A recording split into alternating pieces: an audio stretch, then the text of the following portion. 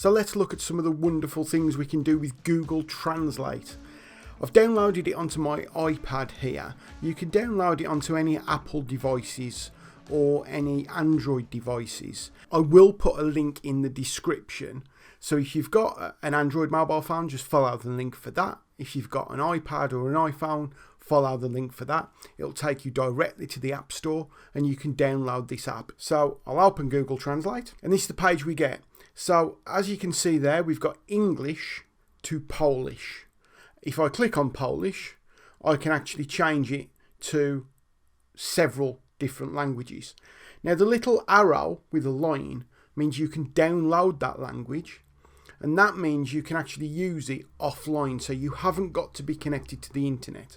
So yes, if you know you're going to be without an internet link for whatever reason, you can click on the little arrow with the line under it to download that particular language and have that ready to go without being connected. If you haven't got a little arrow next to it, means it's not available for download and you can only do it online. So for this, we're going to translate from English to Polish. If I click on the little arrows in the middle, I can change it so that I type in some Polish and it translates it to English. I can also change the English to whatever language I want, and as we saw earlier, the Polish to whatever language we want. This is how the app opens up. So we can very easily just type in "Good morning," press enter, and it will show us the Polish translation. If I click on the speaker next to the Polish translation, Dzień dobry. we can actually hear it being said, and the same for the English. Good morning. So in a very simple way, that's how we can use Google Translate. We can type something in and translate it. But there's a bit more than that. I can go to conversation. What this will now do is listen to whatever is being said. You'll notice it's not 100% accurate, but it's not far off.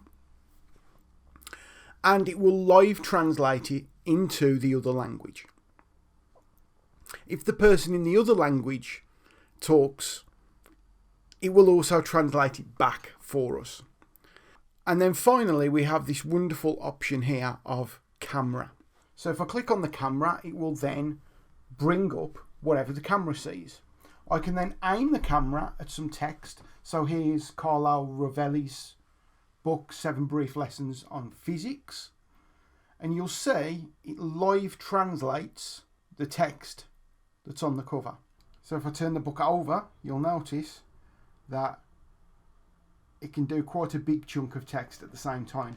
And as you can see at the top there, we've got English to Polish. So it's translating anything it sees in English to Polish, but we could also change the Polish or the English to whatever language that we want.